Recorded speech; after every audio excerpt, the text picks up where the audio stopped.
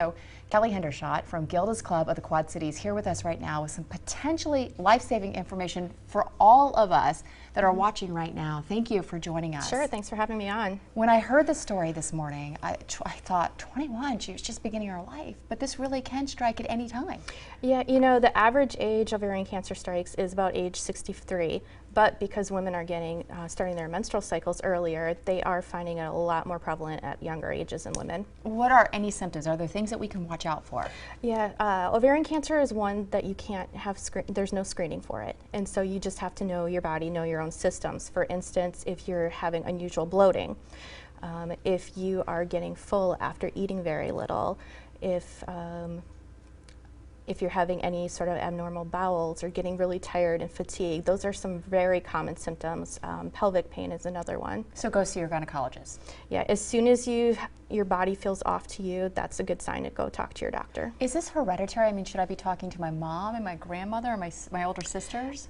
Ovarian is one of those that can be hereditary. The BRCA1 and BRCA2 that a lot of people heard of in relation to breast cancer is actually an indicator for ovarian cancer.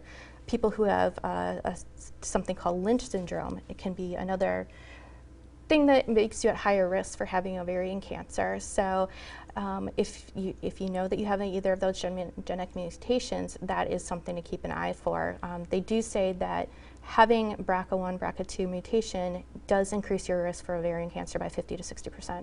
We don't want to put the scare factor out there, but when you think about a 21-year-old in the prime of her life, just beginning her life, it really comes close to home. It brings it close to home. So what do you advise women to do? You said it's something you can't get tested for, so you go to your gynecologist appointment every year. You can't get screened for it, and so yes, going to your gynecological appointment is very important. Talking openly to your doctor about any symptoms. Unfortunately for women, bloating is something we feel quite often, and we can fluctuate throughout the month. Yeah. Yep. You know, what you eat can determine that. Sometimes it's lower back pain or pelvic pain.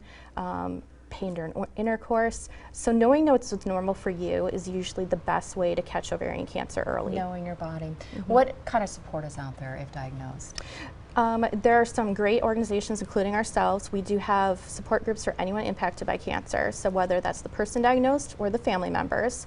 We also have a special gynecological cancer group that meets once a month, and all that information is on our website at gildasclubqc.org. There's also a really great community support through Normalia Ovarian Cancer Initiative. They have put you in touch with other women who are diagnosed with ovarian cancer.